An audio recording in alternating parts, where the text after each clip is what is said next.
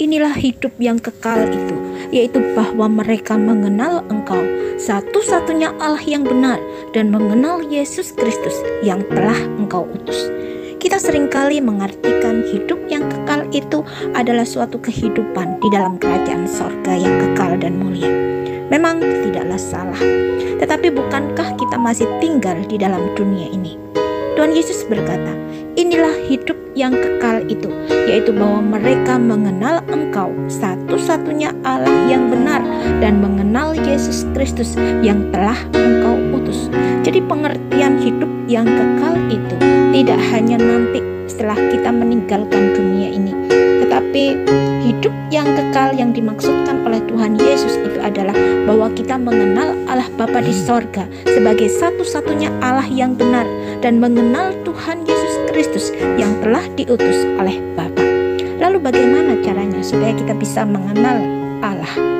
Thomas, salah seorang murid Tuhan Yesus, bertanya kepada Tuhan setelah Thomas mendengar ucapan Tuhan Yesus tentang rumah Bapa. Katanya, Tuhan, kami tidak tahu kemana Engkau pergi, jadi bagaimana kami tahu jalan ke situ? Kata Yesus kepadanya, Akulah jalan dan kebenaran dan hidup. Tidak ada seorang pun yang datang kepada Bapa kalau tidak melalui Aku. Tuhan Yesus mengungkapkan segala sifat dan kemuliaannya yang selalu berhubungan dengan Allah Bapa. Ketika kita mengenal Tuhan Yesus Kristus, maka Tuhan Yesus Kristuslah yang akan membawa kita kepada Allah Bapa. Demikian juga tidak ada seorang pun yang datang kepada Tuhan Yesus kalau ia tidak ditarik oleh tangan Allah yang kuat, dan Tuhan Yesuslah yang akan memberikan kepada kita hidup yang kekal itu. Bukan kamu yang memilih aku, tapi Akulah yang memilih kamu. Jadi segala sesuatunya itu berhubungan, yaitu antara Tuhan Yesus dan Allah Bapa di sorga. Jadi kalau kita memiliki kemampuan untuk kita dapat mengerti dan mengenal Allah Bapa di sorga, itu sesungguhnya kita adalah orang-orang pilihan Allah yang telah Allah pilih sebelum dunia ini dijadikan.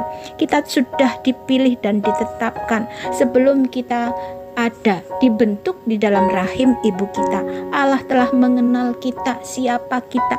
Allah telah memilih kita sebagai orang-orang kepunyaan Allah sendiri, yaitu orang-orang yang senantiasa menyukakan hati Allah. Isi hati Tuhan kepada orang-orang yang mengenal Allah secara pribadi di dalam kehidupannya.